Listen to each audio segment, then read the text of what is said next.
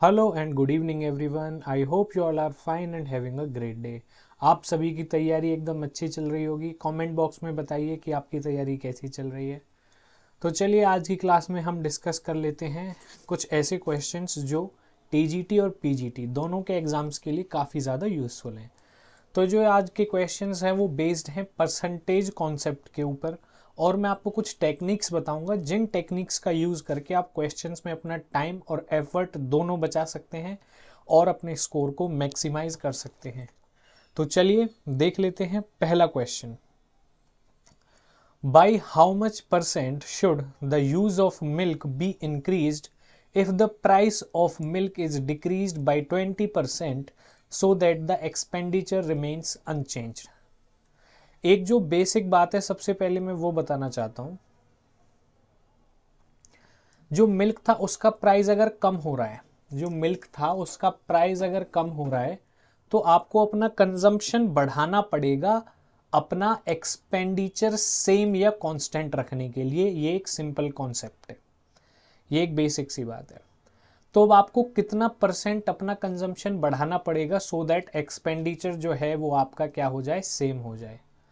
तो चलिए देख लेते हैं कि कितना परसेंट आपको अपना एक्सपेंडिचर बढ़ाना पड़ेगा और इसकी क्या टेक्निक है।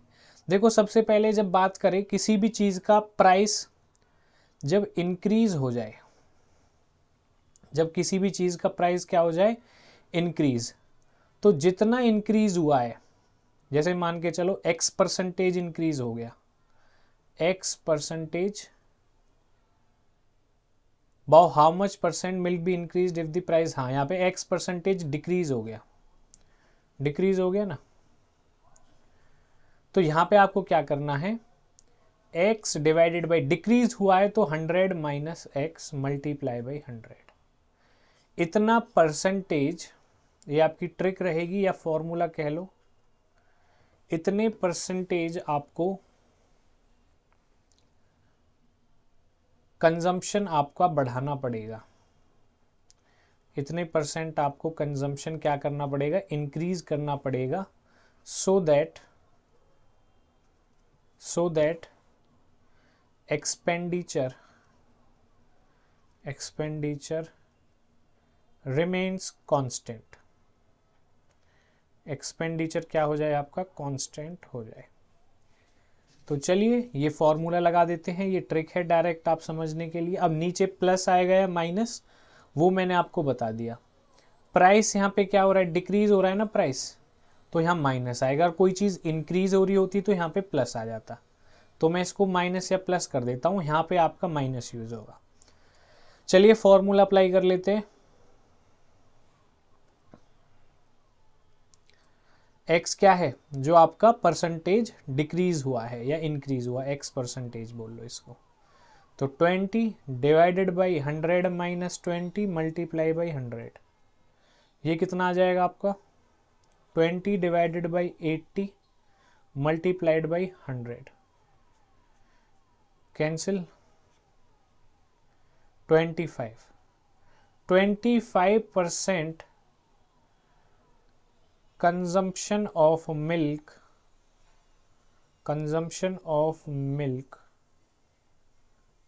should be increased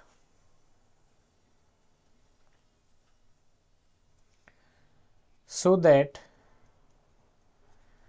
expenditure remains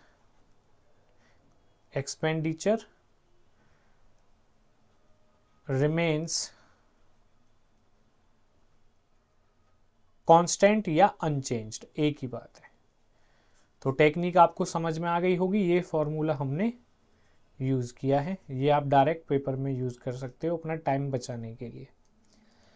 चलते हैं अगले क्वेश्चन पर। If the price of commodity, देखो पहले तो मिल्क था, यहाँ पे बोल दिया कोई कॉमोडिटी है कोई भी, उसका प्राइस क्या हो गया, इंक्रीज हो गया।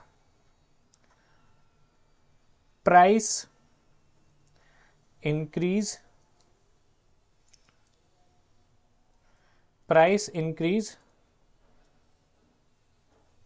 परसेंटेज, ठीक है। कितना प्राइस इंक्रीज हो गया परसेंटेज में, 40%। अब प्राइस बढ़ा है तो कंजम्पशन आपको कम करना पड़ेगा, एक्सपेंडिचर को कांस्टेंट रखने के लिए लिखा है ना, so as not to increase the expenditure, ठीक है ना। तो यहां पे अब मैं क्या करूंगा,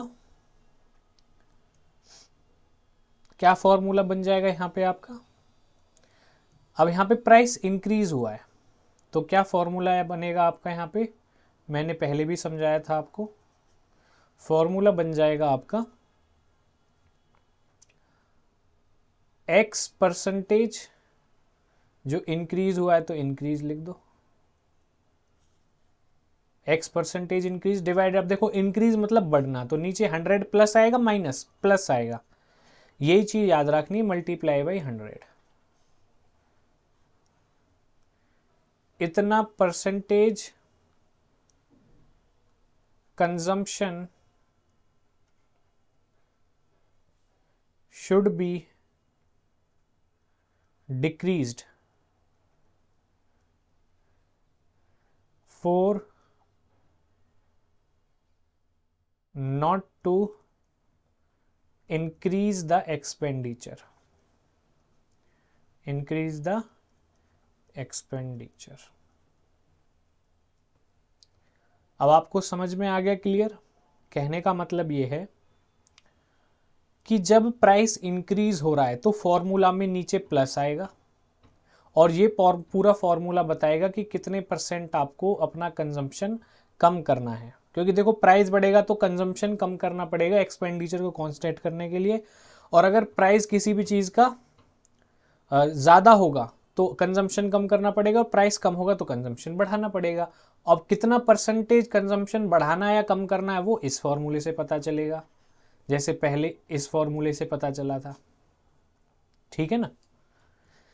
तो ये फॉर्मूला लगा देते हैं, अब यहाँ पे 40% इंक्रीज था तो 40% इंक्रीज का फॉर्मूला लगा देते हैं, इस कलर से लगा देते हैं, ये तो लाइट हो गया, अच्छा सा लेते हैं कलर, ये लेते हैं 40, 100 plus 40 multiply by 100, 40 by 140 multiply by 100, clear, कितना आ गया 200 बाई 7, डिवाइड कर लेते हैं एक्यूरेट आंसर निकालने के लिए, 200 से 7 को डिवाइड कर दो, 7 से,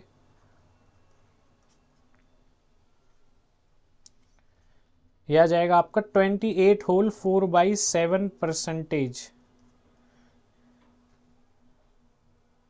कंजम्पशन शुड बी डिक्रीज्ड, क्योंकि डिक्रीज्ड का ही निकालना है ना हमें, रिड्यूस कितना करे कंजम्पशन की हमारा एक्सपेंडिचर क्या रहे, सेम रहे, percentage consumption should be decreased, should be decreased. आ गया समझ में। अब चलते हैं अगले क्वेश्चन पे, मैं आपको सेम टाइप के क्वेश्चन करा रहा हूं जिनमें इसी टाइप का फॉर्मूला लगेगा, और ये टाइप ना ऐसा है, ये पेपर में आता ही आता है एक क्वेश्चन ऐसा, 1 से 2 क्वेश्चन पेपर में आएंगे ही आएंगे, चाहे वो हरियाणा सेट का एग्जाम ले लो, चाहे आप HTET का, TGT का या PGT का एग्जाम ले लो, अरिथमेटिक या रीजनिंग वाले पार्ट में आ जाएगा इस टाइप का क्वेश्चन आपका, TGT वाले में मैथ वाले पोर्शन में भी आ सकता है, इनमें से कोई भी क्वेश्चन। तो ये ऐसे क्वेश्चन है जो बहुत कॉमन और बहुत रिपीटेड क्वेश्चन है, इसीलिए मैं इनको करा रहा हूँ, जिससे कि आपको एग्जाम में हेल्प हो जाए और आपका इस टाइप का कोई भी क्वेश्चन नहीं बचे। एक इनकम के ऊपर आता है, ऐसे if income of Ravi is 20% more than that of Ram, अब यहाँ पे मोर देन है तो वही कॉन्सेप्ट लगेगा, तो कोई चीज ज्यादा है ना, एक्स परसेंटेज मोर है मतलब कोई चीज बढ़ गई है, तो वही फॉर्मूला लगेगा। मोर के लिए क्या फॉर्मूला लगाते थे हम, x divided by 100 plus x multiply by 100, अब इतने परसेंटेज कम होगी चीज। अब इस केस में क्या है, इनकम जो है रवि की 20% more than that of Ram है, राम से 20% ज्यादा है, तो राम की रवि से कितने परसेंट कम होगी इनकम, इतने परसेंट, इतने percent of income of Ram will be less than Ravi, यही फॉर्मूला बन जाएगा आपका, लगा दो फॉर्मूला में 20 divided by 100 plus 20 multiply by 100%, क्योंकि ये पूछा है ना how much percentage less than that of Ravi. Income है जो है आपकी राम की कि रवि से कितना कम है, देख लो अब सॉल्व कर लो। 20 by 120 multiply by 100 cancel, 50 by 3%। Complete निकालने के लिए डिवाइड कर लो 50 को 3 से, 3 1 जा 3, 3 6 जा 18, 2 आ गया। 16 होल 2 बाई 3% आपका क्या हो जाएगा आंसर। इतने percentage income of Ram is less than Ravi.